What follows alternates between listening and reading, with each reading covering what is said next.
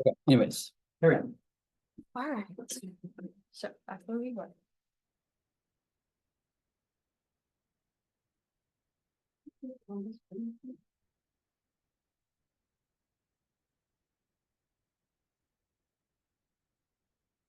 Maybe it'll work now. Okay, yeah. Anyways, have you all ever heard these? They're still trying to figure out that Christmas budget. They might have already bought a lot of Christmas presents and they might not have a lot left over. Well, this is really what we can do to kind of combat that. Figure out their budget in the beginning of the demo. Find something that won't hurt their holiday budget because a lot of people are really strict on that. They're not trying to go too much over just because they need some leftover money after the holidays. And then, ask them about their in the beginning. Don't be rude about it. Just be like, hey, just wondering, if when you're coming into this demo, is there a budget you have in mind, or what Christmas presents have you gotten, or just kind of like how their holiday budget looks already. Just makes the process easier.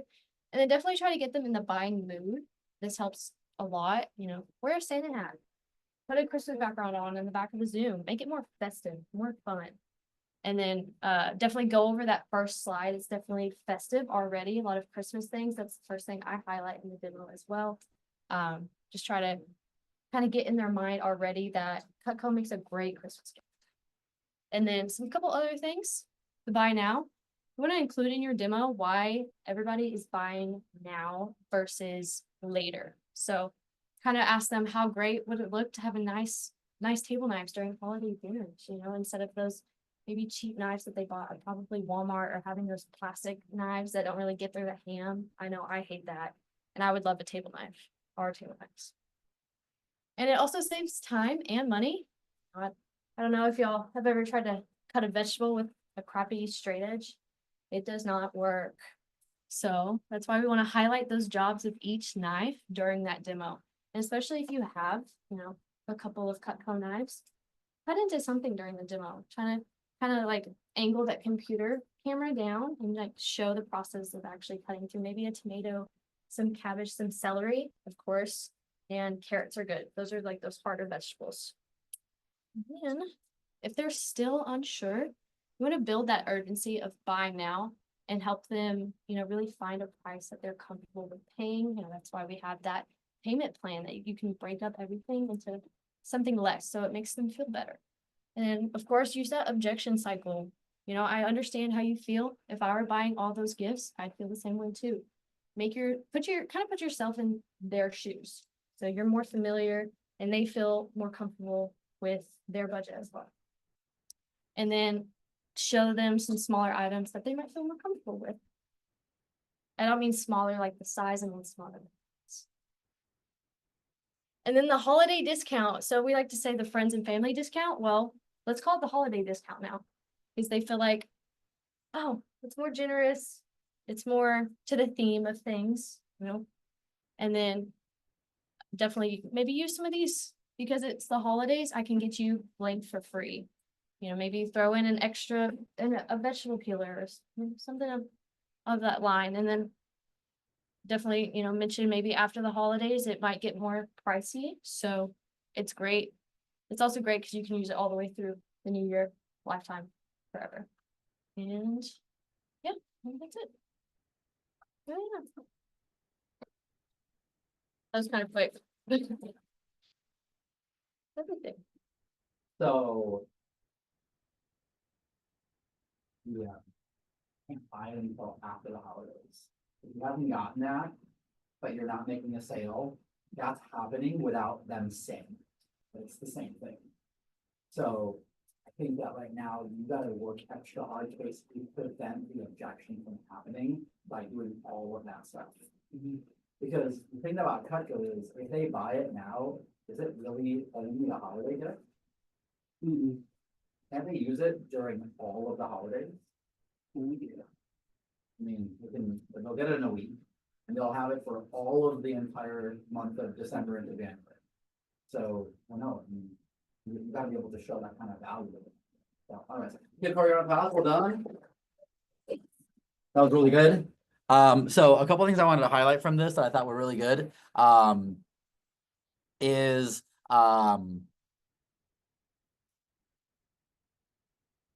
the concept of like asking them like, how are you doing with your holiday shopping?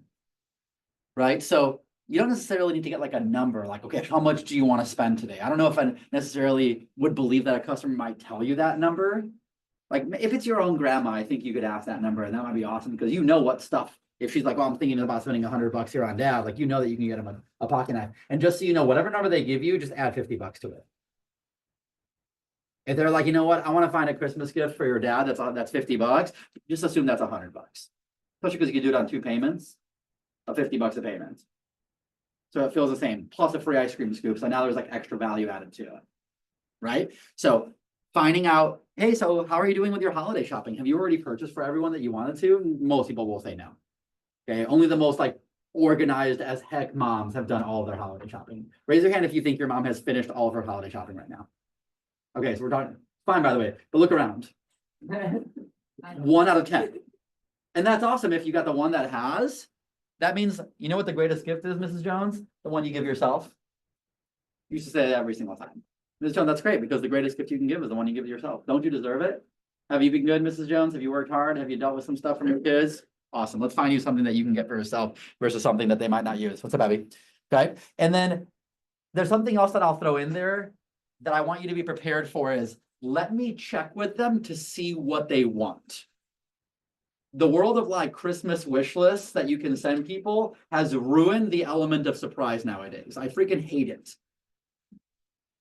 So here's how you handle that objection. This is something that you might want to write down. I was thinking about this as we were making our talk. Mrs. Jones, what's great about Cutco is you don't have to spoil the surprise. Mrs. Jones, what's great about Cutco is that you don't have to spoil the surprise. Mrs. Jones, what's great about Cutco is that you don't have to spoil the surprise because we have a gift guarantee.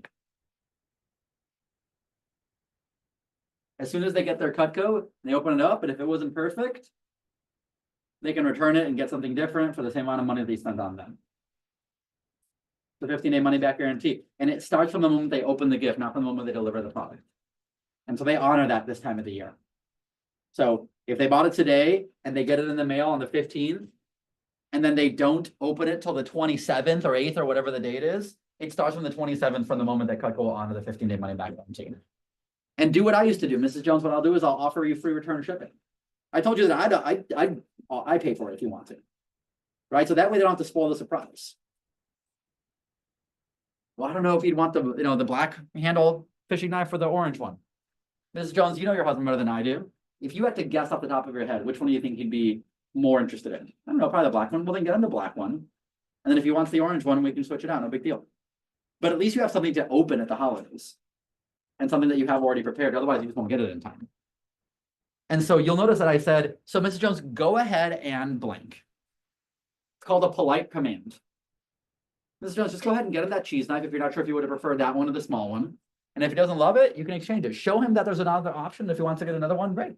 If not, you get credit for making the right decision. Okay. You know, buy 3, get 1 free pocket knives. Everybody gets their name engraved on it. It's a great way to give everyone the same gift, but having it be unique for every single person. That's the biggest thing I used to do with grandmas. Is everyone gets, just buy 3, get 1 free pocket knives. I only have 3 grandsons. Okay, get one for yourself. Okay, 3 pocket knives with an ice cream scoop for free, stuff like that. Children for food and also food reasons or only children? Either one. Yeah. Yeah, either one. They can get their money back for it. They can get different color, different size. They can customize it. The only thing that you can't return is something that was engraved. Full disclosure. Okay. Once it's engraved, it can't be returned, unfortunately. But I can't imagine somebody getting an engraved pocket knife and wanting a different color. They'd be like, dude, this is awesome. Yeah. I don't know, ladies, if you know this, but dudes love when we can engrave our name on stuff. That's why we pee on the snow. Like we just want our name in different. We want our name everywhere. Right? You ever seen like farmers brand their employees? Like that kind of stuff? You guys watch? You don't watch Yellowstone? You don't watch Yellowstone? Come on, that show's pretty good. He literally, that dude brands his employees. Is there different colored pocket knives? Yeah, black and dark blue. You got a blue one. Black and dark blue.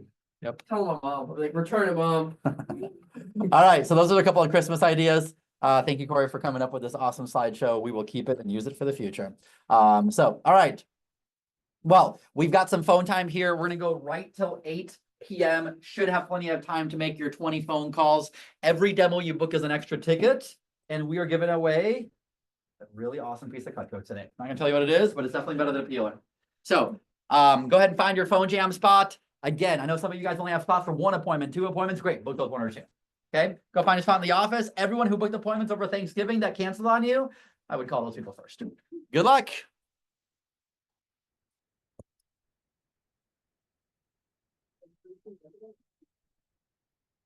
Yeah, if you got your captain here, find your captain.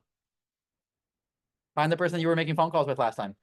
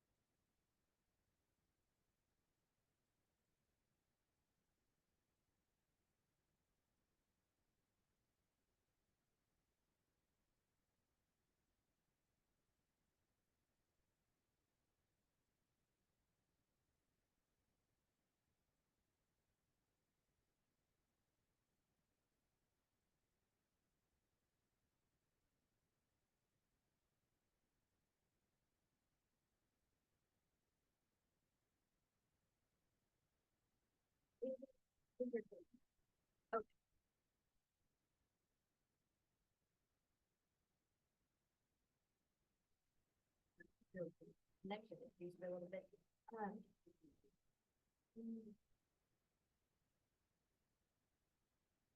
Yes, can you hear me? Okay.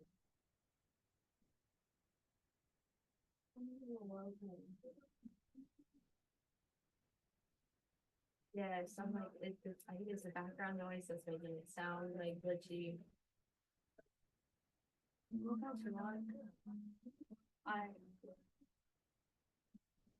Okay, yes, that would be a lot, okay.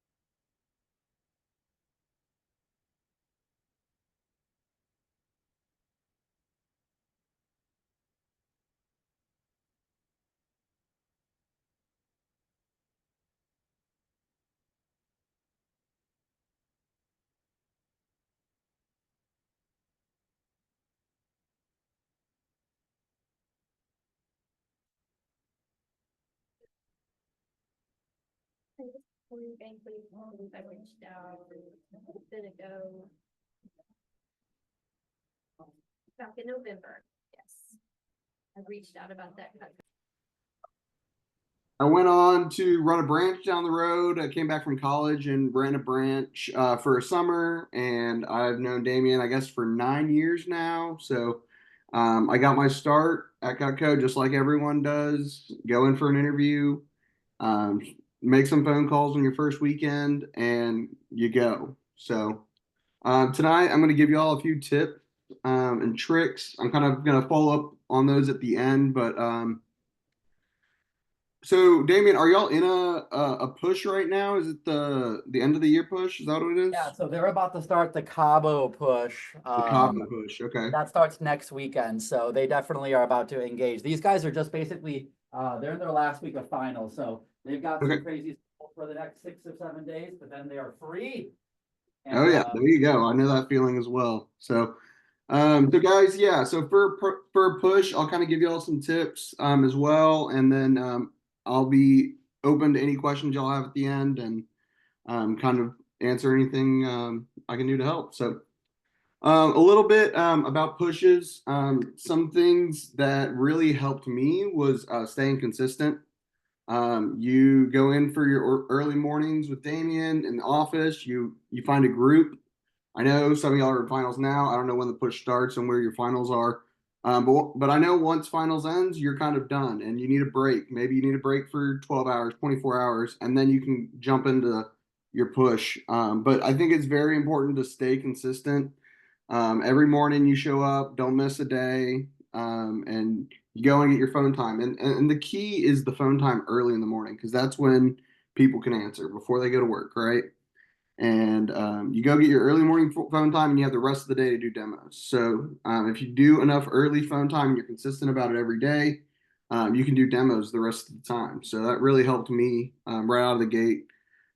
Damien brought breakfast that first week. I remember, oh, wonder what Damien's going to bring today. And but he makes it fun in the mornings, and it's a good time. And so next, just going through it, being personable. I know Damien mentioned that a lot of y'all do virtual demos now, but you're going home for the holidays maybe, and you can do some more in-person demos. One of the things I'd say with in-person demos is cut up fruit. Bring fruit on your demos because once you put the knife in their hand, they're going to cut up food. They're going to realize it's awesome and they're going to buy it. It's very easy on the in-person demos. Follow the script. Keep it simple, but also like just have fun. I mean, it's not too crazy. If you're having fun, they'll be having fun, and when they're having fun, they're in a good mood, and when they're in a good mood, they'll buy some knives. So that would be one of the things I'd say for the actual demo. I think referrals for me, especially in person, I feel like it's a lot easier. I don't know. I know Damien now they transfer contacts and everything, so I don't know how they do it now, but I remember I had a pen and paper and I'd just be like, who could I call? And who would be someone that I could go with and do a demo for?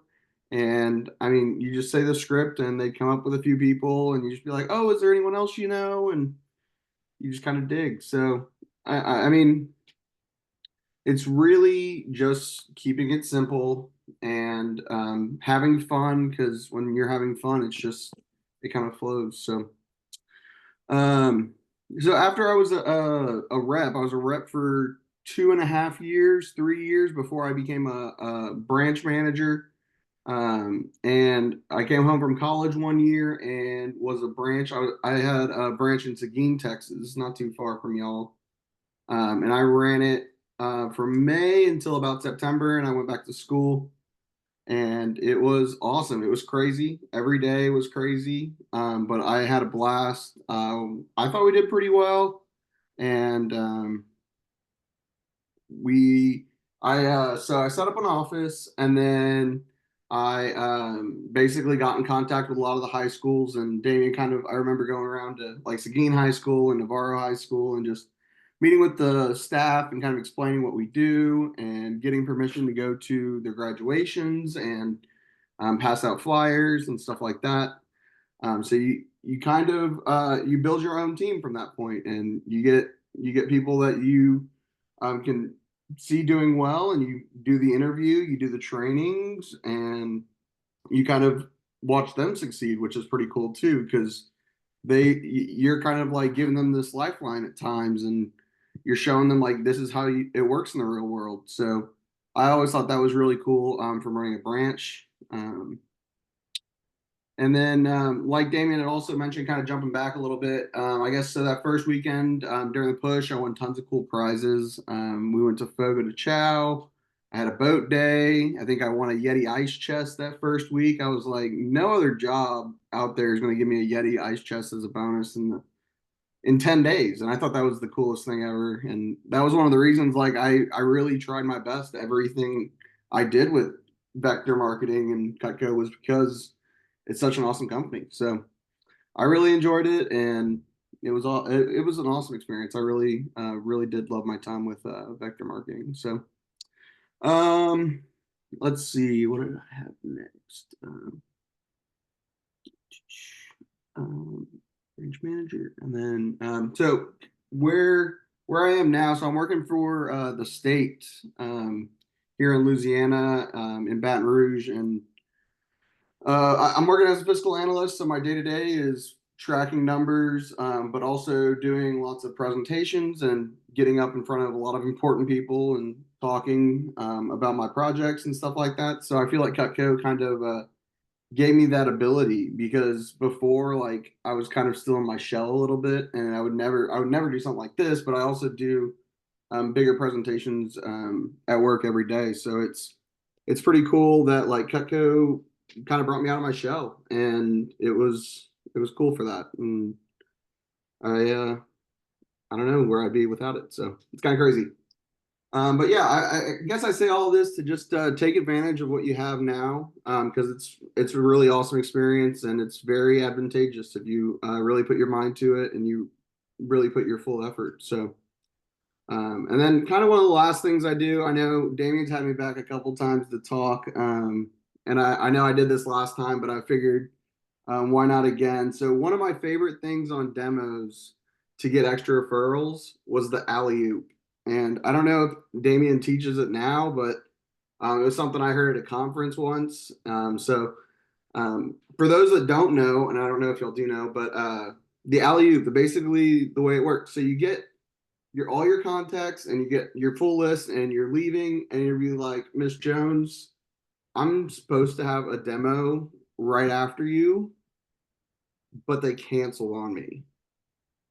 Who do you think would be okay that we could give a call to right now, would be okay with me coming over and doing a quick presentation for them?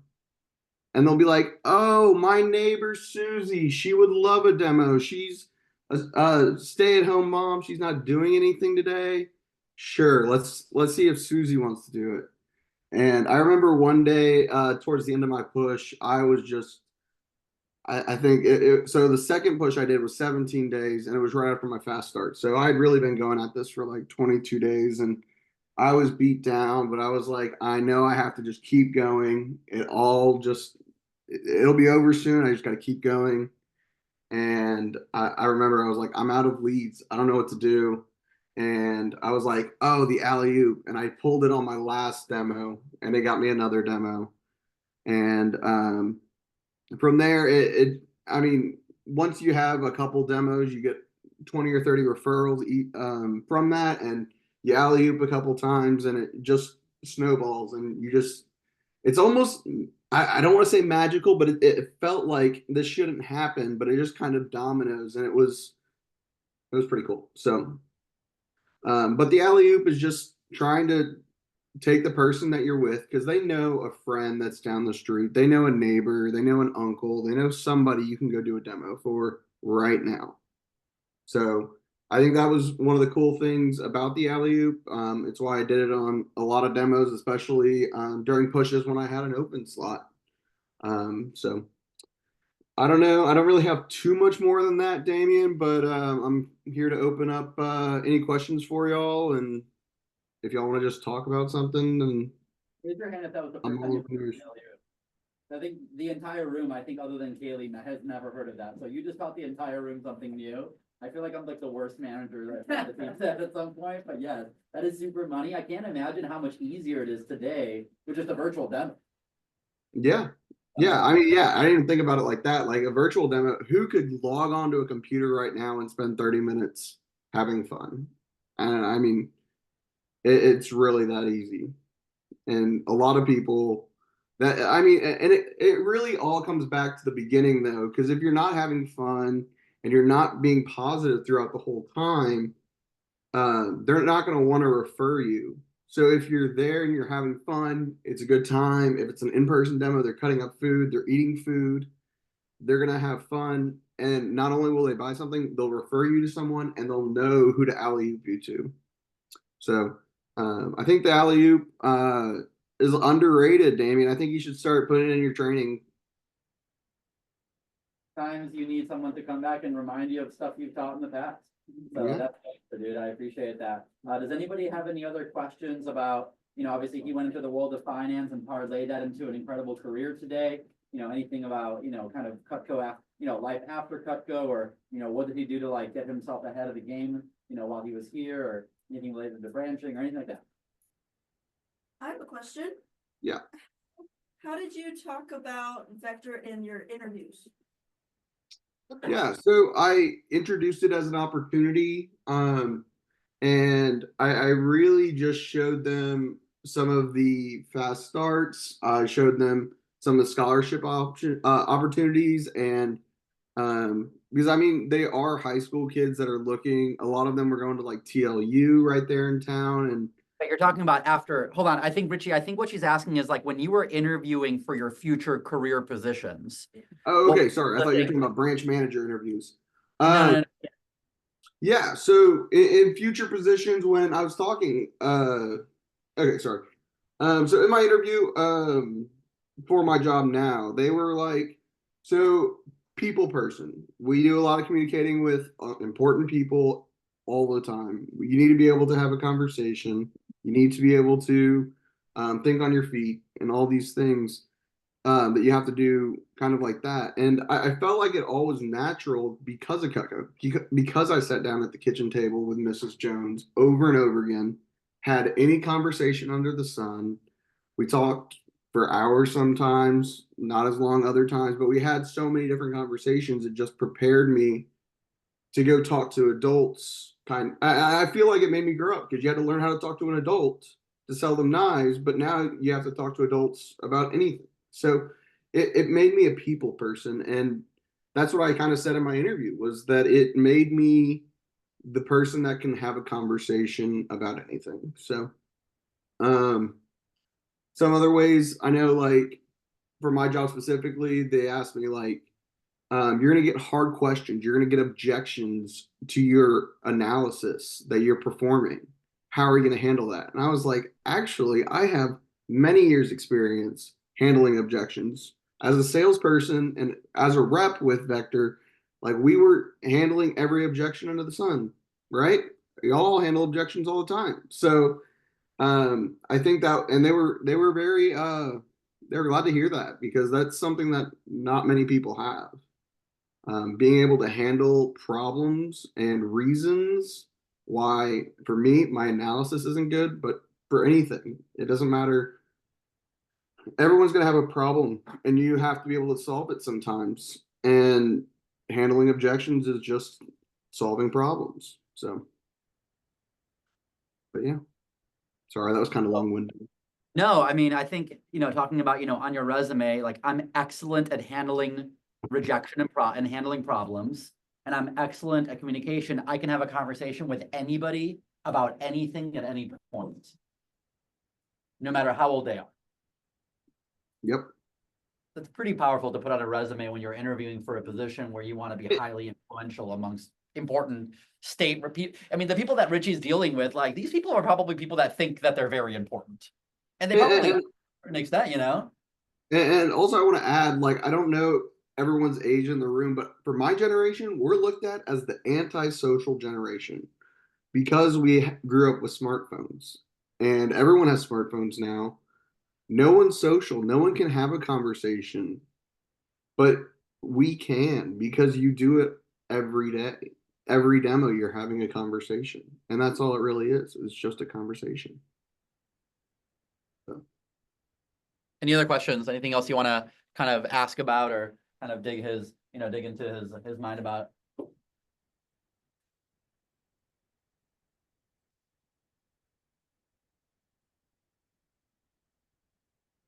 All right, awesome. Hey, Well, Damien- Richie, Hey, Damien, I have a quick question for you. Yeah. Has anyone broken the most demos in a day that I held back in like 2018? yeah, we find Kaylee, the young woman who you just talked to, Oh, she's the one that broke it this summer. awesome. Records are meant to be broken, so Yep. that's Yeah, awesome. she had her eyes on that, and the last day of the push, I think she like you also went like 1 for 8 or something like that. Like it was like the worst day she's ever had, but she like punished the day and made it happen, didn't even care. And then the next day she had like 3 appointments and sold like $4,000 or something. That's how it goes. It's Yeah. all the numbers. My last one was a C.